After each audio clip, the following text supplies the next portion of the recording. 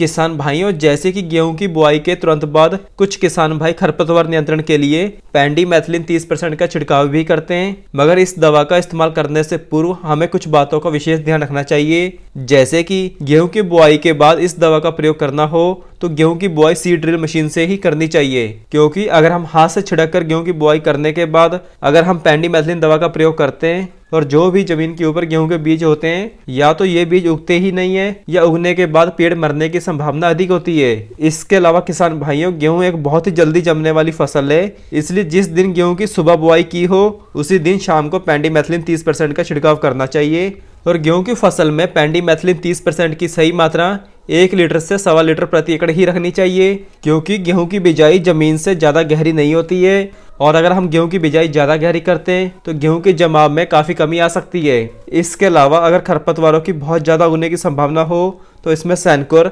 जिसमें टेक्निकल आता है मेट्रिब्यूजन 70%, इसकी 100 ग्राम प्रति एकड़ की मात्रा भी मिलाया जा सकता है। मगर ध्यान ये रहे कि इन दोनों दवा के साथ पानी की मात्रा 200 लीटर प्रति एकड़ ही लें, क्योंकि जितना ज़्यादा पानी होगा उतनी बढ़िया पेंडिमेथिलिन लेयर बनाती है। और किसान भाइयों, अगर पॉसिबल हो तो स्प्रे करने के बाद उसी खेत में दोबारा नहीं जाना चाहिए, तथा कई क्षेत्रों में इसे उल्टे पाँव वाली दवा भी बोलते हैं, क्योंकि दवा डालते समय उल्टे पाँव पीछे की ओर आए, मगर नैपसैक स्प्रेयर मशीन उठाकर उल्टा पाँव चलना थोड़ा मुश्किल होता है, इसलिए आप पानी ज़्यादा लगाकर सीधे पाँव ही स्प्रे कर सकते हैं, कोई ज़्यादा फर्क नहीं पड़ता है। और किसान भाइयों, अगर हम 1.25 लीटर प्रति एकड़ से अधिक मात्रा में पेंडिमेथिलिन डालते हैं तो जब गेहूं को पानी लगाते हैं तो उसी समय यह दवा पानी के साथ गेहूं की जड़ों में भी चली जाती है। इस कारण गेहूं की फसल कमजोर होने का खतरा भी बना रहता है। सो उचित मात्रा में पेंडिमेथिलिन 30% दवा का ही प्रयोग करना चाहिए। तो किसान भाइयों, यही सब कुछ था गेहूं की फसल में पेंडिमेथिलिन 30% दवा के बारे में। धन्यवाद।